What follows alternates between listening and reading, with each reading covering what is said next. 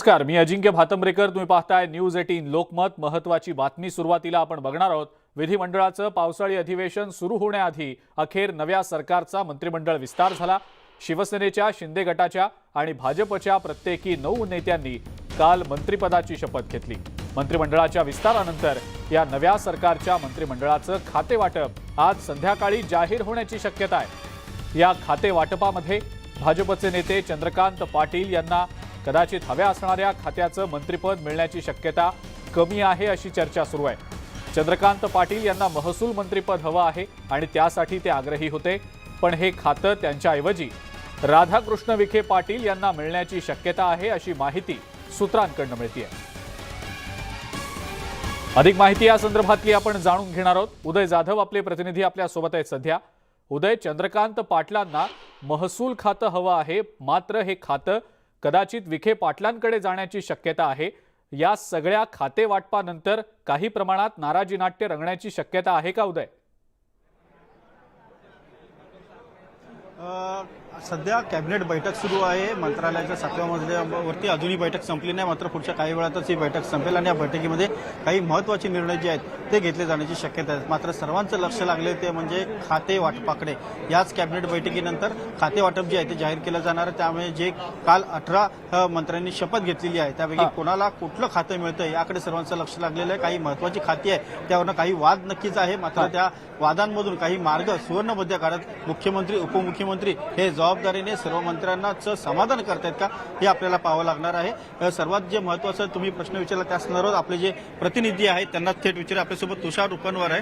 तुषार, भाजपमध्ये काही महसूल खात्यावर वाद आहेत का, त्या संदर्भात चर्चा सुरू आहे काय नाही? प्रामुख्याने आपण जर पाहिलं असेल तर या ठिकाणी नगरविकास असेल, महसूल असेल, अर्थ असेल किंवा गृह असेल, ही प्रमुख 4 खाती आहेत. आपल्याला जी माहिती मिळते त्या माहितीनुसार नगरविकास हे खातं एकनाथ शिंदे मुख्यमंत्र्यांकडेच राहणार आहे. मात्र गृह खातं, अर्थ खातं आणि महसूल खातं ही जी 3 प्रमुख खाती आहेत ती प्रमुख 3 खाती या ठिकाणी भाजपाला मिळणार आहेत. भाजपामध्ये ही 3 खाती नेमकी कुणाला द्यायची यावरून आता या ठिकाणी बोलणी अजूनही सुरू आहे. जी माहिती मिळते त्यानुसार देवेंद्र फडणवीस यांच्याकडे 2 खाती राहण्याची दाट शक्यता आहे. अर्थ आणि गृह ही 2 खाती देवेंद्र फडणवीस यांच्याकडे राहण्याची शक्यता आहे, कारण की गृह हे खातं देवेंद्र फडणवीस यांनी मुख्यमंत्री असताना स्वतःकडे ठेवलं होतं आणि नगरविकास खातं देखील होतं. मात्र नगरविकास खातं हे आता कायम एकनाथ शिंदे यांच्याकडेच राहणार आहे. मात्र आता देवेंद्र फडणवीस यांच्याकडे अर्थ आणि गृह खातं हे राहण्याची दाट शक्यता आहे. मात्र महसूल आणि सहकार हे खातं नेमकं कुणाला द्यायचं यावरून अजूनही प्रश्नचिन्ह उपस्थित केले जातात. महसूल हे खातं राधाकृष्ण विखे पाटील यांना द्यायचं की चंद्रकांत पाटील यांना द्यायचं? यापूर्वी चंद्रकांत पाटील यांच्याकडे महसूल खातं होतं, मात्र आता ते खातं राधाकृष्ण विखे पाटील यांच्याकडे जाण्याची दाट शक्यता आहे आणि सहकार हे खातं चंद्रकांत पाटील यांना दिलं जाऊ शकतं. चंद्रकांत पाटील हे सध्या आता कोथरूड मतदारसंघाचं नेतृत्व करतात, त्यामुळे पश्चिम महाराष्ट्रामध्ये एक सहकार क्षेत्र मोठं आहे. त्यामुळे सहकार क्षेत्राला न्याय देण्यासाठी चंद्रकांत पाटील किंवा राधाकृष्ण विखे पाटील या दोघांपैकी एका नावाची वर्णी लागू शकते. मात्र नगरविकास हे खातं एकनाथ शिंदे यांच्याकडे राहिल्यानंतर गृह आणि अर्थ खातं हे आपल्याला या ठिकाणी देवेंद्र फडणवीस यांच्याकडे राहील अशी शक्यता व्यक्त केली जाते. मात्र सुधीर मुनगंटीवार यांच्याकडे पूर्वीचं जे अर्थ खातं होतं ते खातं आता त्यांच्याकडे दिलं जाणार नाही अशी देखील शक्यता व्यक्त केली जाते. पुन्हा एकदा मी उदय यांच्याकडे जातो. धन्यवाद तुषार. आता सध्याची ताजी माहिती मिळते त्यानुसार कॅबिनेट बैठक संपलेली आहे. सर्व प्रशासकीय वरिष्ठ अधिकाऱ्यांना कॅबिनेट बैठकीतून बाहेर जायला सांगितलेलं आहे आणि आता फक्त मंत्री, मुख्यमंत्री आणि उपमुख्यमंत्री यांच्याशी चर्चा करतात. ही एक महत्त्वाची बैठक जी आता कॅबिनेट बैठकीनंतर सुरू झाली आहे ती फक्त मंत्र्यांची सुरू झालेली आहे. मुख्यमंत्री एकनाथ शिंदे आणि उपमुख्यमंत्री देवेंद्र फडणवीस यांच्या उपस्थितीमध्ये सर्व प्रशासकीय अधिकाऱ्यांना या बैठकीतून बाहेर जाण्यास सांगितलेलं आहे. त्यानुसार सर्व अधिकारी जे आहेत ते बाहेर पडलेले आहेत आणि फक्त मंत्री या बैठकीमध्ये आहेत आणि मंत्र्यांसोबत एक महत्त्वाची बैठक जी आहे ती आता पुढची काही वेळ सुरू राहणार आहे. बरं उदय, धन्यवाद. आपण ही जी माहिती दिली त्याबद्दल. आणि आता अवघ्या काही मिनिटांमध्ये आपल्याला समजू शकणार आहे कदाचित की खाते वाटपाबाबत नेमका काय निर्णय झालाय ते. मात्र या खाते वाटपाबाबत बोलताना उपमुख्यमंत्री देवेंद्र फडणवीस यांनी एक मोठं विधान केलं. आमच्या सरकारमधलं खाते वाटप हे माध्यमांनी दाखवलेल्या खाते वाटपापेक्षा पूर्णपणे वेगळं असेल असा दावा सुद्धा देवेंद्र फडणवीस यांनी केलेला आहे. तुम्ही तर करून टाकलं, आता आमच्याकरता खातेवाटप शिल्लकच ठेवलं नाही, माध्यमांनीच खातेवाटप करून टाकलाय. पण तुम्ही जे खातेवाटप केलंय ते सपशेल चुकीचं ठरेल एवढं सांग. येत्या 2 दिवसात पालकमंत्र्यांच्या नावांचीही घोषणा होणार असल्याची माहिती आहे. आजच्या कॅबिनेट बैठकीनंतर या संदर्भात चर्चा होणार आहे आणि 15 ऑगस्टला नवे मंत्री आपापल्या जिल्ह्यामध्ये ध्वजारोहण करणार असल्याचं समजतंय. कालच्या मंत्रिमंडळ विस्तारानंतर आता राज्यातल्या प्रत्येक जिल्ह्याला पालकमंत्री मिळणार आहे.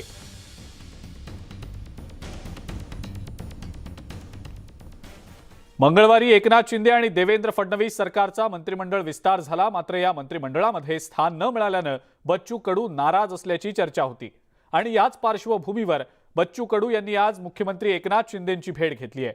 या भेटीनंतर शेतकऱ्यांना मदतीसाठी मंत्रिपद मिळालं तर बोनसच असेल, तसंच मला दिलेला शब्द मुख्यमंत्री निश्चितपणे पाळतील अशी प्रतिक्रिया बच्चू कडूंनी न्यूज 18 लोकमतला दिली आहे. माझा समावेश झाला का नाही झाला का बच्चू कडू आहे. तो काही माझ्या डोक्यातला विषय नाही आहे. आमच्या डोक्यात शेतकरी आहे, विकलांग आहे, दुर्लक्षित लोक आहे. हे तर बोनस आहे. मंत्रिपद भेटलं तर अधिक काम चांगलं करू शकतोय, लोकांपर्यंत जाऊ शकतो, मतदारसंघातले काही कामं होते म्हणून आपण करतोय. त्याचं काही फाट भाव आपल्याला दिलंच पाहिजे. ते शिंदे साहेबांना शब्द दिला, त्याचे शब्द पाळणार. मला त्याच्यावर आत्मविश्वास आहे. शिंदे सरकारच्या पहिल्या टप्प्यातल्या मंत्रिमंडळ विस्तारामध्ये अनेक इच्छुकांना संधी मिळू शकलेली नाही. मात्र विधिमंडळाच्या पावसाळी अधिवेशनानंतर पुन्हा एकदा मंत्रिमंडळ विस्तार होणार आहे आणि त्यामुळे इच्छुकांच्या नजरा आता या दुसऱ्या टप्प्यातल्या मंत्रिमंडळ विस्ताराकडे लागलेल्या आहेत. मी सुधीर सच्चिदानंद मुनगंटीवार, मी शंभूराज शिवाजीराव देसाई, मी गुलाबराव रघुनाथ पाटील, मी उदय रवींद्र सामंत, मी दीपक केसरकर. शिंदे सरकारच्या मंत्रिमंडळ विस्तारात 18 जणांना मंत्रिपदाची संधी देण्यात आली. खरं तर मंत्रिमंडळ विस्तारापूर्वी मंत्रिपदावरून अनेक तर्कवितर्क लढवले जात होते. मात्र शिंदे गट आणि भाजपच्या प्रत्येकी 9 जणांना मंत्रिपदाची संधी मिळाली आहे. पहिल्या टप्प्यातील मंत्रिमंडळ विस्तारात मंत्रिपदाचा अनुभव असलेल्या नेत्यांना पुन्हा एकदा संधी देण्यात आलेली आहे. माझ्या दृष्टीने खरं हे भूषणावच होतं मला आणि अतिशय मला गैरवर्ण झालं होतं की पक्ष नेतृत्वानं ही मोठी संधी, आज पहिला बहुमान शपथ घेण्याचा दिला. तो निश्चितपणे त्या विश्वासाला पात्र राहूनच मी काम करील. आदरणीय देवेंद्रजी फडणवीस असतील, चंद्रकांत दादा आणि सर्व नेते मंडळी यांनी सर्वांनी माझ्यावरती जो विश्वास ठेवला आहे त्यामुळे मला हे मंत्रिपद मिळालंय असं मला वाटतं आणि त्यामुळे जनतेची सेवा करण्याची अजून एक संधी मिळाली. भाजपप्रमाणे शिंदे गटानं सुद्धा पहिल्या फेरीत जुन्या जाणत्या नेत्यांना मंत्रिपदाची संधी दिली आहे. खरं तर ज्यांना शिंदे गटाकडून मंत्रिमंडळ विस्तारात संधी मिळालेली आहे त्यांची नावं पूर्वीपासूनच मंत्रिपदासाठी चर्चेत होती. एकनाथजी शिंदेसाहेब आणि देवेंद्रजींना मी मनापासून धन्यवाद देतो. त्यांच्या मनाची महाराष्ट्राच्या विकासाची संकल्पना आहे आणि जनतेच्या मनाची विकासाची संकल्पना आहे ही परिपूर्ण करण्याचा आमच्या सगळ्यांचा मानस राहील आणि त्याच पद्धतीनं आम्ही पुढे जाऊ. पुनश्च आपल्या सगळ्यांच्या सहकार्याने या ठिकाणी मंत्री होण्याची संधी मला मिळालेली आहे आणि मागच्या काळामध्ये उर्वरित जी राहिलेली कामं आहेत ते पूर्ण करण्याचा या ठिकाणी प्रयत्न करू. मंत्रिमंडळ विस्ताराकडे इच्छुक डोळे लावून बसले होते. मात्र पहिल्या टप्प्यात निवडक नेत्यांनाच संधी मिळाल्यामुळे इच्छुकांची घोर निराशा झाली आहे. मात्र अधिवेशनानंतर मंत्रिमंडळ विस्ताराचा दुसरा टप्पा पार पडणार असल्याचं शिंदे गटाकडून सांगण्यात आलेलं आहे. अजून एक्सपान्शन आहे आणि अधिवेशनानंतर एक्सपान्शन होणार आहे. त्याच्यामध्ये अनेक अपक्ष असतील, अनेक लोक असतील, यांना आपण न्याय देणार आहोत. कधी होईल मग पुढचा मंत्रिमंडळाचा? महिनाभरात होईल का? अधिवेशनानंतर तात्काळ होईल. शिंदे गटातल्या भारत गोगावले आणि संजय शिरसाट यांना या मंत्रिमंडळ विस्तारात मंत्रिपदाची संधी मिळण्याची शक्यता वर्तवली जात होती. मात्र ऐनवेळी त्यांना ही संधी मिळू शकली नाही. त्यामुळे आता शिंदे गटासह भाजपमधील इच्छुकांच्याही नजरा आगामी मंत्रिमंडळ विस्ताराकडे लागलेल्या आहेत. Bureau report, news 18 Lokmat. Uddhav Thackeray बेसावध राहिल्यानंच महाराष्ट्रात भाजप पुन्हा सत्तेत आल्याचा टोला शरद पवार यांनी लगावलाय. जे पंजाबमध्ये अकाली दलासोबत घडलं, जे महाराष्ट्रात शिवसेनेसोबत घडलं, तेच आता बिहारमध्ये नितीश कुमार यांच्या जेडीयू सोबत घडणार होतं. मात्र नितीश कुमार वेळीच सावध झाल्यानं हा प्रयत्न फसला असं पवारांनी म्हटलं. तर शरद पवारांनी बिहार आणि महाराष्ट्रातल्या सत्ता संघर्षावरून भाजपावर हल्लाबोलही केला. भाजप आपल्याच मित्रपक्षांचं अस्तित्व संपुष्टात आणत असल्याचा घणाघात त्यांनी केला. त्याचसोबत धनुष्यबाण चिन्हाबाबत बोलताना सुद्धा त्यांनी शिंदे गटाला खडे बोल सुनावले. आमचं काँग्रेसशी पटलं नाही तेव्हा आम्ही काँग्रेसमधून बाहेर पडलो आणि वेगळा पक्ष स्थापन करून वेगळं चिन्ह मिळवलं. काँग्रेसच्या चिन्हासाठी भांडत बसलो नाही का संघर्ष वाढवला नाही असा टोलाही पवारांनी लगावला. याच्यातून एक गोष्ट स्वच्छ होते. जी नितीश कुमारची तक्रार आहे की भारतीय जनता पार्टी त्यांच्याबरोबर जे असलेले मित्र पक्ष असतात त्यांना हळूहळू संपवतात. त्याचं उदाहरण पंजाबमध्ये अकाली दल हा एक मोठा पक्ष त्यांच्यावर होता. प्रकाशसिंग बादल यांच्यासारखा एक मोठा नेता त्यांच्याबरोबर होता. आज तो देश तो पक्ष जवळपास संपुष्टात त्या ठिकाणी आणला. आज महाराष्ट्रामध्ये शिवसेना आणि ते अनेक वर्ष एकत्र होते.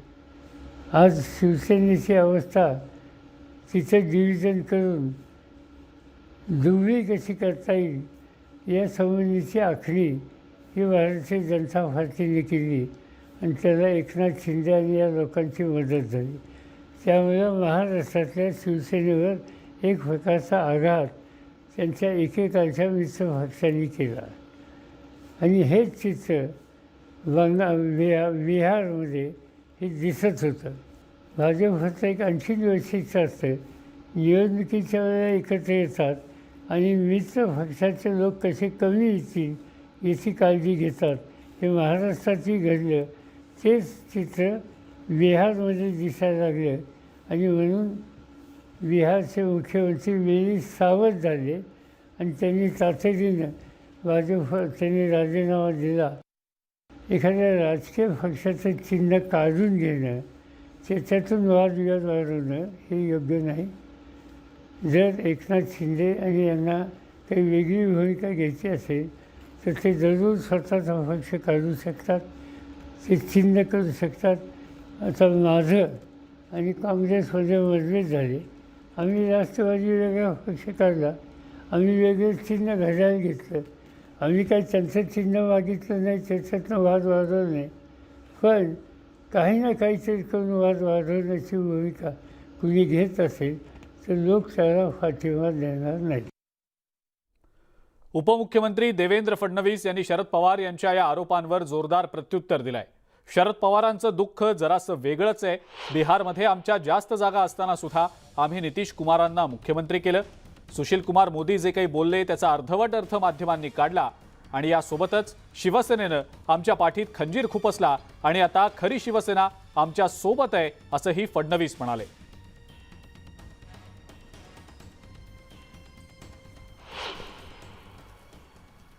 बघा, आम्ही बिहारमध्ये आमचे 75 लोक निवडून आले आणि RJDचे 42 लोक निवडून आले. तरीही JDUचे 42 लोक निवडून आले तरी आम्ही नितीशजींना त्या ठिकाणी मुख्यमंत्री केलं. त्यामुळे भारतीय जनता पक्ष हा कधीही मित्रपक्षांना धोका देत नाही. महाराष्ट्रामध्ये शिवसेनेने त्यावेळी आमच्या पाठीत खंजीर खुपसला आणि म्हणून आता खरी शिवसेना आमच्यासोबत आली. नाही, ठीक आहे, आज नसेल तर उद्या येईल, त्याला काय अडचण आहे. मला तर हे समजतच नाही की आता आमचा जो मित्रपक्ष आहे शिवसेना, त्यांच्यासोबत 50 लोक आहेत, आम्ही 115 लोक आहोत. त्यांना आम्ही मुख्यमंत्री पद दिलं आहे. काल त्यांचे 9 आणि आमचे 9 असे मंत्र्यांची शपथ झालेली आहे. मला असं वाटतं की पवार साहेबांचं दुःख जरा वेगळं आहे आणि ते आता आपल्या सगळ्यांना माहिती आहे. ज्यावेळी त्यांनी पक्ष बदलला त्यावेळी कायदेच नव्हते. डिफेक्शनचे कायदे कुठे होते तेव्हा? कोणालाही कसे बदलता यायचं. आज कायदे तयार झालेले आहेत, त्यामुळे कायदेशीर लढाई करावी लागते. त्यामुळे ती कायदेशीर लढाई शिवसेना करते आहे, शिंदेसाहेब करताय. शरद पवार यांच्या आरोपांना भाजपचे आमदार आशिष शेलार यांनी सुद्धा उत्तर दिलंय. ज्यांच्या पक्षाचा जन्मच दुसऱ्या पक्षाला फोडून झालेला असेल त्यांना भाजपबद्दल बोलण्याचा नैतिक अधिकारच नाही असं शेलार यांनी म्हटलंय. उद्धव ठाकरेंमुळेच शिवसेनेत द्वंद्व निर्माण झाल्याचंही शेलार म्हणाले. तर बाळासाहेबांचे विचार पुढे नेणाऱ्याला धनुष्यबाण हे चिन्ह मिळावं असंही शेलार यांनी म्हटलंय. सुशील मोदीजींनी शिवसेनेचा उल्लेख केलाय, तुम्ही रोग केलाय असं म्हणाला आणि त्यामुळे जर केला असेल तर त्यात चूक आहे. शिवसेना आपापसातल्या द्वंद्वामध्ये फुटली. आमच्याबरोबर जर बाळासाहेबांची शिवसेना त्यावेळेला उद्धवजी जे बघत होते ती राहिली असती तर आपापसात द्वंद्व झालं नसतं, ते फुटले नसते. ही वैचारिक लढाई आहे, वैचारिक उठाव आहे.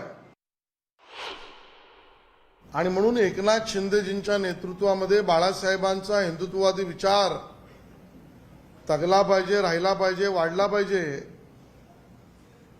ही भूमिका घ्यायला का लागली याचं आत्मचिंतन उद्धवजींनी केलं पाहिजे.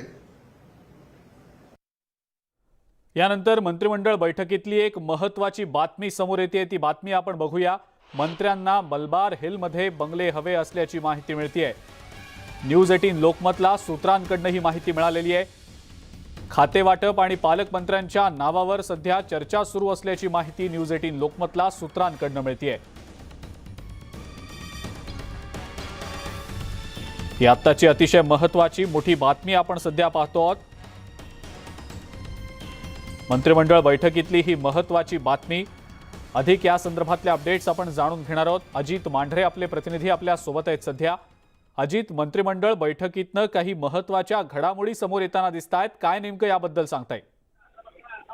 अजिंक्य, कालच मंत्रिमंडळ विस्तार झालेला आहे आणि या मंत्रिमंडळ विस्तारानंतर ज्या पद्धतीने आपण पाहिलं की खाते वाटप अजूनपर्यंत झालेलं नाही. खाते वाटप लवकरात लवकर होईल आणि आता त्यावरच आतमध्ये चर्चा सुरू आहे. सर्व अधिकारी मंडळी जी आहेत ही सभागृहातून बाहेर पडलेली आहेत. तर दुसरीकडे या मंत्रिमंडळाच्या बैठकीमध्ये म्हणजे फक्त मुख्यमंत्री आणि मंत्रीगण जे आहेत त्यांच्या बैठकीमध्ये सर्व मंत्र्यांनी एकच मागणी केली आहे, ती म्हणजे मंत्रालयाच्या बाहेर म्हणजे जे बॅरक असतात त्या बॅरकमध्ये त्या ठिकाणी त्यांना जी घरं दिली जातात ती घरं न देता मलबारी येथे त्यांना बंगले दिले जावे, जेणेकरून मंत्रालयापासून थोडं लांब असेल आणि कामकाज करण्याकरता योग्य ती वेळ असेल. कारण का जर आपण पाहिलं तर मंत्रालयाच्या बाहेर असल्यामुळे ती जागा कमी असते, मोठ्या प्रमाणात गर्दी होते, अधिकारी वर्ग इतका मोठा असतो की बाहेरून आलेल्या लोकांना तिथे असं थांबता येत नाही, लोकांना गाड्या पार करता येत नाही आणि अनेक समस्या उद्भवतात. त्यामुळे जर राज्यभरातून लोक जर मंत्र्यांकडे येत असतील तर त्यांना प्रत्येक व्यक्तीला अटेंड करणं हे गरजेचं आहे. याकरता मोठी जागा असावी ही मागणी केली आणि त्या मागणीमध्ये ही प्रभावी मागणी होती की त्यांना जे मंत्री आहेत, कॅबिनेट मिनिस्टर आहेत, या सगळ्यांना जे आहेत ते बंगले मंत्रालयापासून थोडे दूर देण्यात यावेत, जेणेकरून त्या ठिकाणी त्यांचं सर्वांच्या भेटीगाठी घेता येईल आणि काम चांगल्या पद्धतीने करता येईल. तर जे बाहेरचे बॅरक आहेत जे त्यांना दिले जातात त्या ठिकाणी कार्यालय ज्यावेळी कॅबिनेट असेल किंवा इतर काही महत्वाच्या घडामोडी असतील त्यावेळी तिथे आम्ही बैठक घेऊ, तिथे आम्ही चर्चा करू असं त्यांनी एकमताने सांगितलेलं आहे. हा एक झाला मुद्दा. तर दुसरीकडे आणखीन एक महत्वाचा मुद्दा समोर येतोय, तो म्हणजे हे सर्व होत असताना मुख्यमंत्री, उपमुख्यमंत्री आणि काही शिंदे गट शिवसेनेचे जे काही वरिष्ठ मंत्री आहेत ते आणि भाजपचे काही वरिष्ठ मंत्री आहेत ते यांची आतल्या त्या ठिकाणी एका वेगळ्या दालनामध्ये बैठक सुरू आहे, खातेवाटप सुरू आहे. हे सर्व झाल्यानंतर रात्री उशिरा जे आहे हे खातेवाटप अधिकृतपणे सीएमओ ऑफिसमधून जाहीर केलं जाईल आणि त्यानुसार कोणाला कोणतं खातं देण्यात आलेलं आहे, कोणाला कोणती जबाबदारी दिलेली आहे हे सर्व स्पष्ट होईल. आपल्याला अगदी स्पष्टपणे माहिती आहे, तर आपण ठाणे जिल्ह्याचा विचार केला तर मुख्यमंत्री हे ठाणे जिल्ह्याचे आहेत. हा मुद्दा का समोर आला ठाणे जिल्ह्याचा, याचं कारण म्हणजे पालकमंत्री पदावरून देखील मोठी गोष्ट समोर येते. प्रत्येक जिल्ह्याचा जो कॅबिनेट असतो त्याला त्या जिल्ह्याचं पालकमंत्री पद दिलं जातं, पण त्या ठिकाणी ठाणे जिल्ह्याचं पालकमंत्री पद जे आहे ते मुख्यमंत्री सोडतील का, ते भाजपला जाईल. बघूया आपण की कोणकोणत्या मंत्र्यांना नेमकं कोणकोणतं खातं दिलं जातं ते. अजित, धन्यवाद आपण ही जी सविस्तर माहिती दिली त्याबद्दल. पुढची बातमी बघूया. एनडीएशी युती तुटल्यानंतर भाजपचे ज्येष्ठ नेते सुशील कुमार मोदी यांनी नितीश कुमारांवर हल्लाबोल केलाय. ज्यांनी भाजपसोबत विश्वासघात केला त्यांनाच भाजपनं तोडल्याचं सांगताना सुशील कुमार मोदींनी शिवसेनेचं सुद्धा उदाहरण दिलं. भाजपनं जो मान दिला तो मान नितीश कुमार यांना आरजेडी काँग्रेस देणार नाही. आम्ही कधीच नितीश कुमार यांचा पक्ष फोडण्याचा प्रयत्न केला नाही, पण ज्यांनी आमच्याशी विश्वासघात केला त्यांना मात्र आम्ही तोडलं असा इशाराच सुशील कुमार मोदींनी दिला. बीजेपी ने जितना सम्मान दिया उतना सम्मान कभी उनको राजद कांग्रेस में नहीं मिल सकता है। और सम्मान के साथ जिस प्रकार से उन्होंने धोखा दिया वो करें कि हमारी पार्टी को तोड़ा जा रहा था। बीजेपी ने आज तक कभी भी अपने किसी सहयोगी को धोखा नहीं दिया। हम लोगों ने उन्हीं लोगों को तोड़ा जिन लोगों ने हम लोगों को धोखा दिया। चाहे वो अगर महाराष्ट्र के अंदर शिवसेना जिसका समझौता था बीजेपी के साथ और शिवसेना ने जब धोखा दिया तो उसका परिणाम भुगतना पड़ा। सत्तांतरानंतर महाराष्ट्रात भाजपा सत्तेत आलेली आहे, मात्र बिहारमध्ये भाजपला सत्तेबाहेर जावं लागलंय. त्यामुळे बिहार भाजपचे नेते आणि माजी उपमुख्यमंत्री सुशील कुमार मोदी यांनी नितीश कुमार यांना इशारा दिलाय. हा इशारा देताना त्यांनी शिवसेनेला कसं फोडलं याचा दाखला देखील दिला आणि यावर शिवसेनेनं आता प्रतिक्रिया दिली आहे. भाजपकडून सहकारी प्रादेशिक पक्षांना संपवण्याचा डाव रचला जात असल्याचं शिवसेनेकडून आता म्हटलं गेलंय. परंतु दुर्दैवाने आज ह्या लोकशाहीला ग्रहण लागलेलं आहे आणि संपूर्ण देशामध्ये एक पक्ष राजवट आणण्याचा जो प्रयत्न चाललेला आहे. त्यामुळे ज्या ज्या राज्यामधल्या स्थानिक पक्षांनी भारतीय जनता पक्षाशी युती केली त्या सर्व स्थानिक पक्षांना संपवण्याचं काम केंद्रीय या भाजपाने केलेलं आहे. जे महाराष्ट्रात केलं तेच गोव्यामध्ये सुद्धा करतायत, तेच बिहारमध्ये होतंय, तेच झारखंडमध्ये होणार आहे. त्यामुळे अशा पद्धतीने सत्तेचा दुरुपयोग करून स्थानिक पक्षांना संपवण्याचं जे कपट कारस्थान केलंय हे भारताच्या लोकशाहीला हितावं नाही. विधान परिषदेच्या विरोधी पक्षनेतेपदावरनं काँग्रेस नाराज आहे. विधान परिषद विरोधी पक्षनेतेपदी शिवसेनेच्या अंबादास दानवे यांची वर्णी लागल्यानं काँग्रेस उद्धव ठाकरेंवर नाराज असल्याची माहिती मिळतेय. नियुक्तीच्या वेळेला काँग्रेसला विश्वासात घेतलं गेलं नाही, उद्धव ठाकरेंकडून साधी विचारणा सुद्धा झाली नाही, म्हणून काँग्रेस नाराज आहे. सरकारमध्येही शिवसेना आणि विरोधी पक्षातही शिवसेनाच असा काँग्रेसचा आक्षेप आहे. त्यामुळे महाविकास आघाडी आहे की नाही यावर सुद्धा आता शंका व्यक्त होतीये. विधान परिषदेच्या विरोधी पक्षनेतेपदावर काँग्रेसचे प्रदेशाध्यक्ष नाना पटोले यांनी दावा सांगितलाय.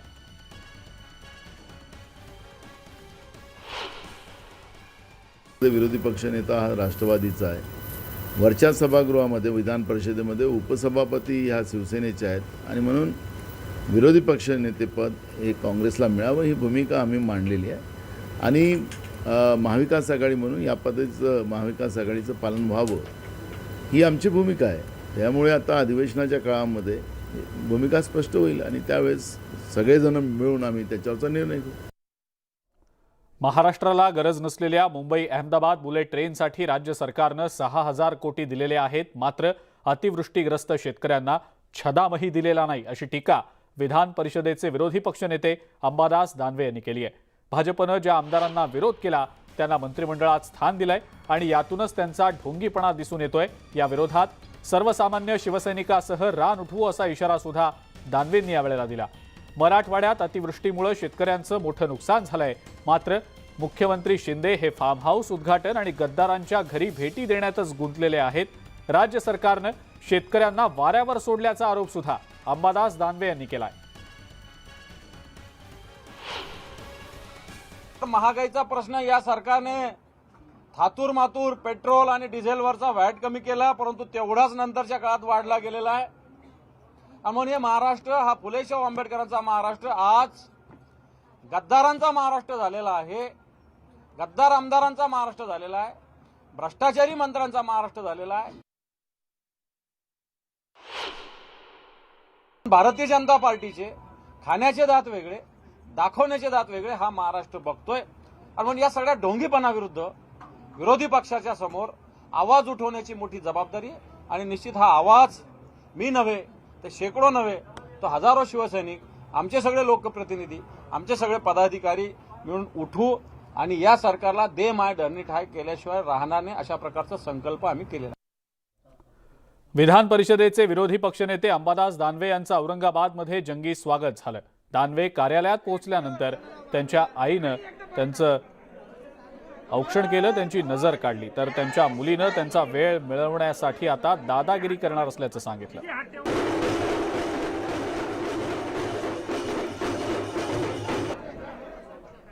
औरंगाबादचे शिवसेनेचे आमदार अंबादास दानवे यांची आता विधान परिषद विरोधी पक्षनेतेपदी निवड झालेली आहे. अंबादास दानवे यांचा फार मोठा संघर्ष औरंगाबादमध्ये आहे आणि आक्रमक शिवसेनेचे नेते आणि केडर बेस असलेले शिवसेनेचे नेते अशी त्यांची ओळख आहे.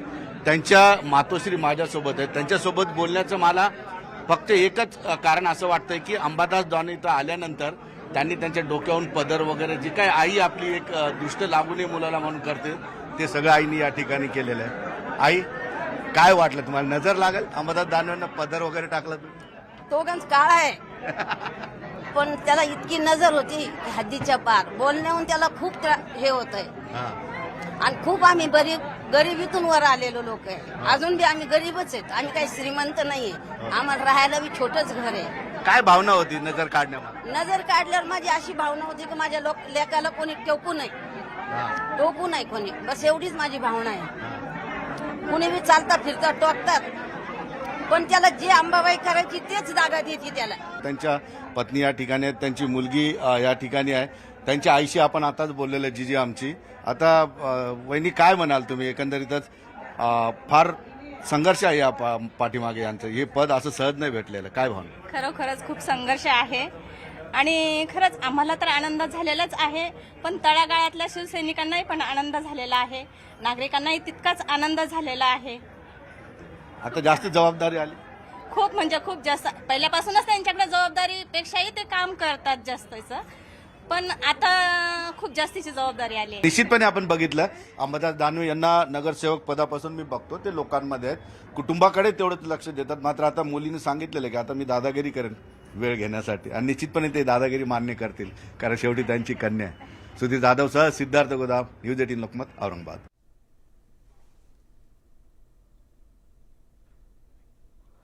जेडीयू प्रमुख नितीश कुमार यांनी 8व्यांदा बिहारच्या मुख्यमंत्रीपदाची शपथ घेतलेली आहे, तर तेजस्वी यादव यांनी उपमुख्यमंत्री पदाची शपथ घेतली आहे. नितीश कुमार यांनी भाजपसोबत युती तोडत आरजेडीशी हातमिळवणी केली.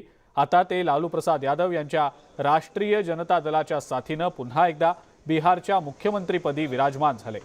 बिहारच्या राजभवनातल्या राजेंद्र मंडपात हा शपथविधी सोहळा पार पडला. आज फक्त मुख्यमंत्री आणि उपमुख्यमंत्र्यांनीच शपथ घेतली आहे. मंत्रिमंडळाचा विस्तार नंतर करण्यात येणार आहे.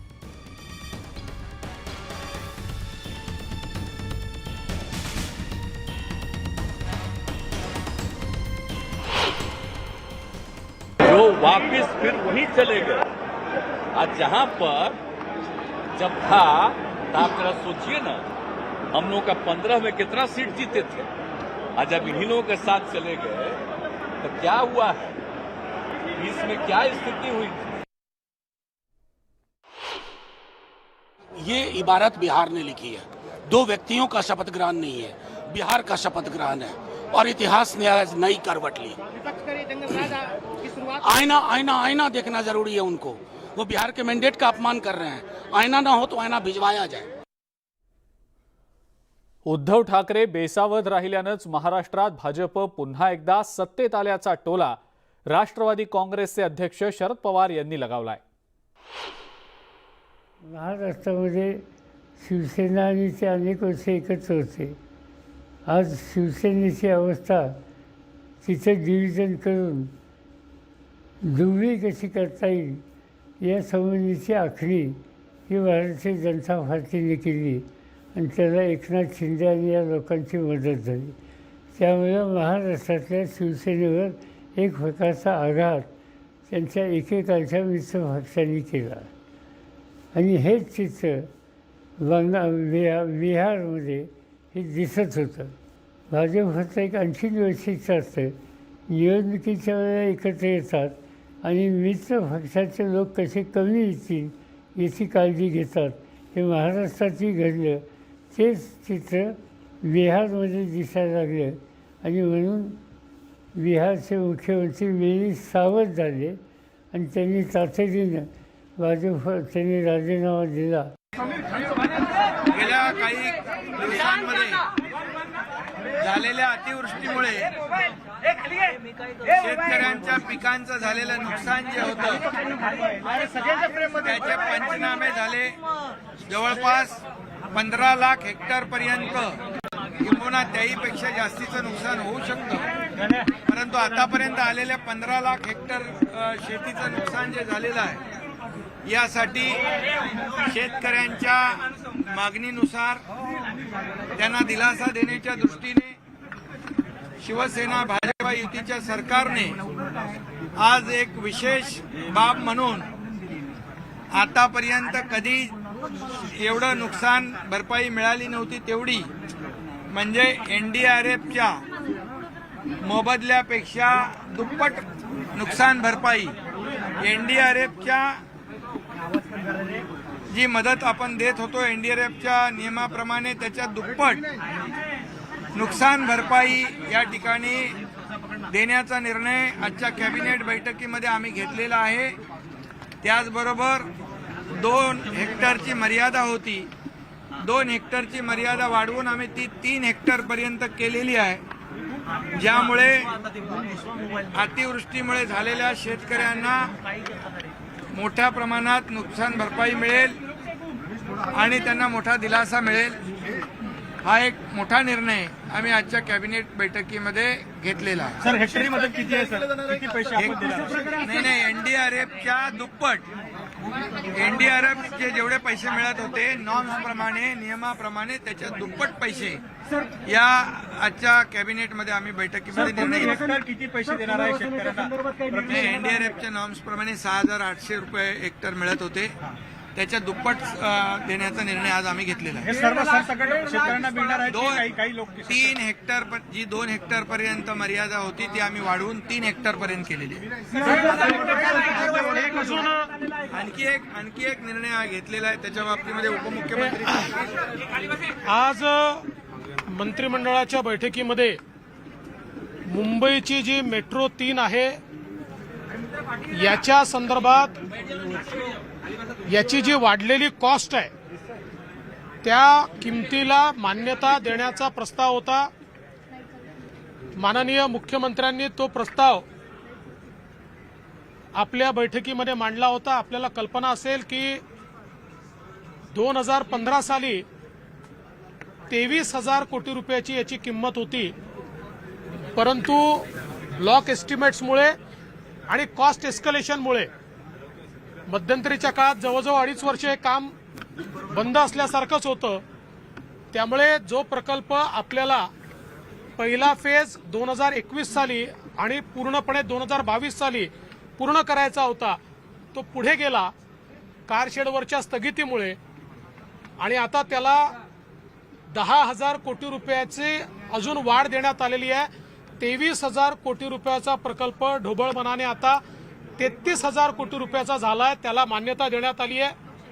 जवळजवळ या ठिकाणी स्थापत्य कामं 85% पूर्ण झालेली आहेत. इतर सगळी कामं मोठ्या प्रमाणात पूर्ण झालेली आहेत. केवळ कार डेपोचं काम हे 29%च या ठिकाणी पूर्ण झालेलं आहे. ते काम आता वेगाने करून याचा पहिला फेज जो आहे तो कुठल्याही परिस्थितीत 2023 साली सुरू झाला पाहिजे अशा प्रकारचं नियोजन करण्याचे आदेश माननीय मुख्यमंत्र्यांनी दिले आहेत. त्याला आज मान्यता मिळाल्यामुळे आणि यामध्ये हा जो काही वाढीव खर्च आहे या वाढीव खर्चामुळे महाराष्ट्र सरकारवर इक्विटी जी आहे त्या इक्विटीच्या 50% पैसे देण्याची जबाबदारी आहे. 50% इक्विटीचे पैसे केंद्र सरकार देणार आहे आणि उरलेले सगळे पैसे हे जायका देणार आहे. जायकाने वाढीव पैसे देखील देण्याकरता मान्यता त्या ठिकाणी दिलेली आहे.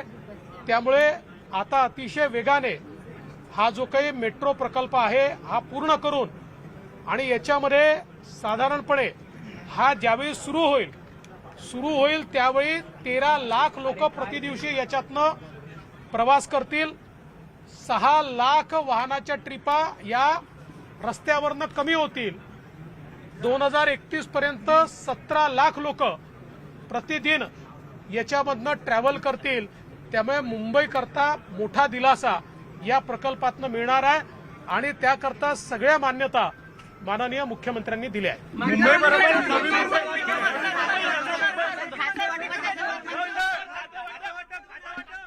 मुख्यमंत्री एकनाथ शिंदे आणि उपमुख्यमंत्री देवेंद्र फडणवीस यांनी काही महत्त्वाच्या मुद्द्यांवर भाष्य केलेलं आहे. मेट्रो 3च्या संदर्भात काही महत्त्वाचे निर्णय घेतले गेल्याचं त्यांनी जाहीर केलंय. 23,000 कोटी रुपयांच्या या प्रकल्पाची किंमत आता आणखी 10,000 कोटी रुपयांनी वाढलेली आहे. या अनुषंगानं जे काही निर्णय घ्यायचे होते, ज्या निर्णयांना मान्यता द्यायची होती त्या निर्णयांना मान्यता दिली गेल्याचं सुद्धा उपमुख्यमंत्री देवेंद्र फडणवीस यांनी सांगितलेलं आहे. एक ब्रेकिंग न्यूज यानंतरची आपण बघणार आहोत ती म्हणजे महाराष्ट्रातल्या सत्ता संघर्षाची सुनावणी आता लांबणीवर पडलेली आहे. 22 ऑगस्टला आता सुप्रीम कोर्टात ही सुनावणी होणार आहे. 12 तारखेची सुनावणी आता थेट 22 ऑगस्टला होणार असल्याचं समजतंय. ही आत्ताची महत्त्वाची मोठी घडामोड. सत्ता संघर्षाची जी सुनावणी 12 ऑगस्टला होणार होती ती आता 22 ऑगस्टला थेट होणार असल्याची माहिती मिळते.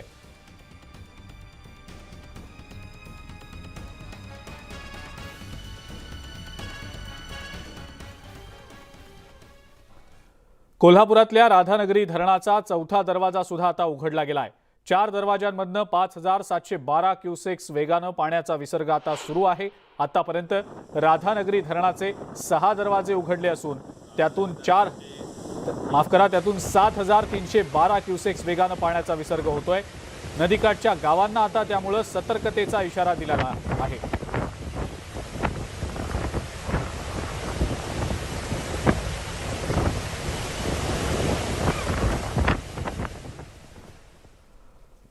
कोल्हापुरातल्या भोगाव मार्केटमध्ये मुसळधार पावसामुळे पाणी शिरल्याचं पाहायला मिळत आहे. रस्त्यावर हे पाणी साचल्यानं अनुस्कुरा मार्गे कोकणातली जाणारी जी वाहतूक आहे ती आता पूर्णपणे बंद झालेली आहे. वाहतुकीवर मोठा परिणाम याचा झालाय आणि यामुळे जनजीवनही विस्कळीत झाल्याचं पाहायला मिळत आहे. पावसामुळे कोल्हापुरातले अनेक बंधारे पाण्याखाली गेलेले आहेत आणि अनेक रस्ते सुद्धा आता पाण्याखाली जाताना आपल्याला पाहायला मिळतात. मी सध्या बाजार भोगाव या रोडला आहे आणि अनुस्कुरा घाटातून राजापूर मार्गे कोकणाला जोडणारा हा रस्ता आहे. हा रस्ता पूर्णपणे आता पाण्याखाली गेल्याचं पाहायला मिळते आणि या रस्त्याच्या पलीकडेच आहे ती बाजार भोगाव ही बाजारपेठ आहे आणि या बाजारपेठेमध्ये सुद्धा पाणी शिरलेले सुमारे 40 दुकानामध्ये हे पाणी शिरल्याचं आपल्याला पाहायला मिळते. एकूणच या सगळ्या पार्श्वभूमीवरती प्रशासनानं सुद्धा इथल्या नागरिकांना स्थलांतर होण्याच्या सूचना आहेत त्या दिलेल्या आहेत. याशिवाय या रस्त्यावरून प्रवास करू नका अशा पद्धतीच्या सूचना आहेत त्या सुद्धा प्रशासनानं दिलेल्या आहेत. आपल्याला माहिती आहे की पंचगंगा नदीची पाणी पातळी आहे ते इशारा पातळी ओलांडून धोकाच्या पातळीकडे वाटचाल करताना पाहायला मिळते. राधानगरी धरणाचे 2 दरवाजे सुद्धा आता या ठिकाणी स्वयंचलित उघडलेले आहेत. त्यातून सुद्धा मोठ्या प्रमाणात विसर्ग सुरू आहे.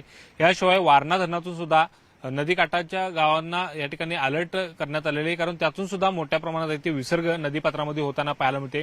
परिणामी नद्यांच्या पाणी पातळीमध्ये झपाट्याने वाढ आता होऊ लागलेली आहे आणि या सगळ्या पार्श्वभूमीवरती प्रशासनानं नागरिकांना स्थलांतर करण्याच्या सूचना दिल्या आहेत. मात्र पाहायला गेलं तर अनेक मार्ग आता पाण्याखाली जाताना पाहायला मिळतात आणि बाजार भोगाव हा जो रस्ता आहे तो अनुस्कुरा घाटमार्गे कोकणाला जोडतोय तो रस्ता सध्या पाण्याखाली गेल्याचं पाहायला मिळते आणि या रस्त्यावरती 2 फुटाहून अधिक इतकं पाणी आपल्याला या ठिकाणी दिसून येते आणि या मार्गावरची वाहतूक आहे ती प्रशासनानं पूर्णपणे थांबवलेली आहे. व्हिडिओ जर्नलिस्ट संदीप पाटीलसह ज्ञानेश्वर साळुंखे, न्यूज 18 लोकमत, बाजार भोगाव, कोल्हापूर.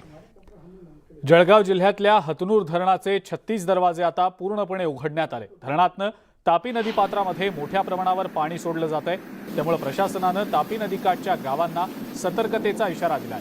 विदर्भ आणि मध्य प्रदेशमध्ये सुरू असलेल्या मुसळधार पावसामुळे तापी आणि पूर्णा नदीमधून हतनूर धरणात मोठ्या प्रमाणावर पाण्याची आवक वाढलेली आहे.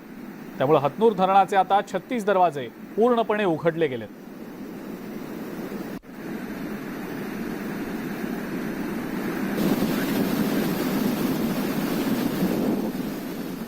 अतिघाई संकटात नाही या उक्तीची प्रचिती भंडारा जिल्ह्यात आलेली आहे. अतिशहाणपणा करत पूर्णपणे जलमय झालेल्या रस्त्यावरून कार नेणं एका कार चालकाला चांगलंच महागात पडलंय. मोहाडी शहरात चौडेश्वरी मंदिराजवळच्या मार्गाला लागलेल्या नाल्यातनं पुराचं पाणी रस्त्यावर आलं. या रस्त्याला अक्षरशः तलावाचं स्वरूप प्राप्त झालेलं होतं.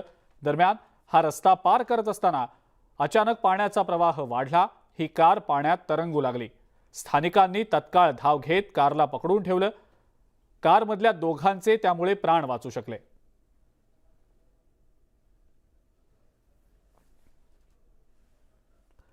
सर्वसामान्यांची लाईफलाईन म्हणून प्रसिद्ध असलेल्या एसटीची प्रशासनाच्या बेजबाबदारपणामुळे दुर्दशा होत असल्याचं समोर आलेलं आहे. चिपळूण बस डेपोमधनं पवारवाडीमध्ये जाणाऱ्या बसमध्ये पाण्याची अक्षरशः धार लागल्याचा व्हिडिओ समोर आलाय. या गळक्या एसटीमुळे प्रवाशांचे चांगलेच हाल होत आहेत. एसटीची ही अवस्था पाहून प्रशासन एसटी बसची नीट देखभाल करत नाही की काय असा प्रश्न आता उपस्थित केला गेलाय.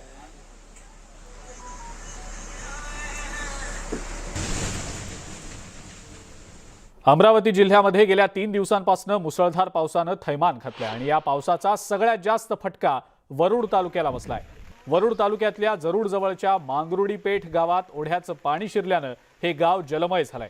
लोकांच्या घरापर्यंत पाणी पोहोचलेलं आहे.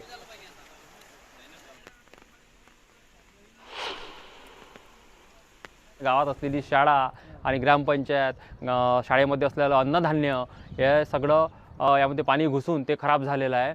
त्याचप्रमाणे गावातील इतर घरामध्ये जे पाणी गेलेलं आहे त्यामुळं 35 ते 40 घरं पाण्याखाली आहे. त्यांचं अन्नधान्याची नासाडी झालेली आहे. अतिशय बिकट अशी परिस्थिती गावाची असताना प्रशासनाचं कोणत्याही प्रकारचं लक्ष या गावाकडे अजूनही झालेलं नाही आहे. अमरावती जिल्ह्यामध्ये 2 दिवसांपासून मुसळधार पाऊस पडतोय. यात मोर्शी तालुक्यातल्या माळू नदीला मोठा पूर आलेला आहे. श्रावण महिन्यात माळू नदी किनारी असलेल्या सालबर्डी इथं मंदिरात दर्शनासाठी भाविक येत असतात. काही भाविक माळू नदीच्या बाजूला गाड्या उभ्या करून मंदिरात दर्शनासाठी गेलेले होते. यावेळेला पुराच्या पाण्यात गाडी वाहून गेली आहे. पांढऱ्या रंगाची ही गाडी वाहून जात असतानाचं दृश्य कॅमेऱ्यामध्ये कैद झालंय. सुदैवानं या गाडीत कुणीही नसल्यानं जीवितहानी झाली नाही.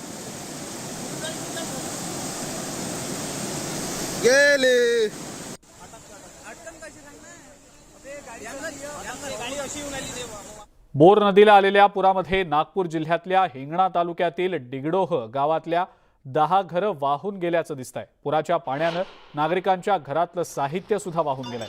काही शेतकऱ्यांची जनावरं आणि शेतीचं साहित्य सुद्धा वाहून गेलं. पहाटे अचानक आलेल्या पुरामुळे नागरिकांना सावरण्याची संधीच मिळाली नाही. महसूल विभागाचं पथक घटनास्थळी पोहोचलेलं होतं. पंचनाम्याला सुरुवात करण्यात आलेली होती. नंतर आपल्या सगळ्यांचं पुन्हा एकदा स्वागत. मुंबईतल्या एका बेस्ट बसचा अपघात झाल्याची घटना समोर आलेली आहे. दिंडोशी शिवशाही प्रकल्प इथून कुर्ल्याकडे जाणाऱ्या बसचा ब्रेक फेल झालेला होता आणि त्यानंतर हा अपघात झाला. या अपघातात बस चालक, वाहक आणि प्रवासी असे एकूण 4 जण जखमी झाले. जखमींना जोगेश्वरीतल्या ट्रॉमा केअर आणि कांदिवलीतल्या शताब्दी रुग्णालयात दाखल करण्यात आलाय. मंगळवारी दुपारी 3:30च्या सुमारास ब्रेक फेल या बसचा झाला आणि त्यानंतर ही बस सगळ्यात आधी एका झाडाला, त्यानंतर नजीकच्या रिक्षा आणि 4 चाकीला धडकल्यानं मोठं नुकसान झालं. सुदैवानं या अपघातात कोणतीही जीवितहानी झाली नाही. या अपघाताची स्थानिक पोलीस ठाण्यात तक्रार दाखल करण्यात आलेली असून बेस्ट प्रशासनाकडून सुद्धा या घटनेची चौकशी सुरू आहे.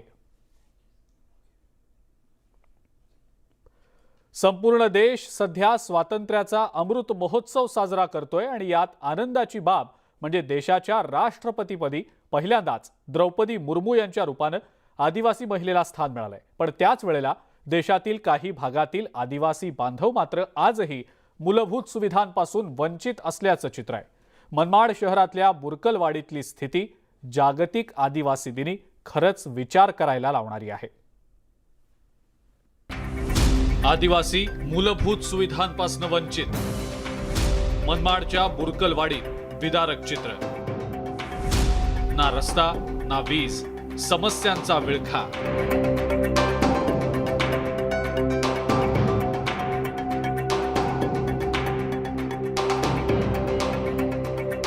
ही आहे मनमाड शहरातील बुरकुलवाडी. आदिवासी बांधवांचं वास्तव्य असलेल्या या भागामध्ये जायला ना पक्का रस्ता आहे, ना गटार, ना कुठली सुविधा. विजेचे खांब तर उभे आहेत पण वीज पुरवठा काही होत नाही. बुरकुलवाडी परिसर मनमाड नगर परिषदेच्या हद्दीत येतो. पिढ्यानपिढ्या इथं आदिवासी समाजाचं वास्तव्य आहे.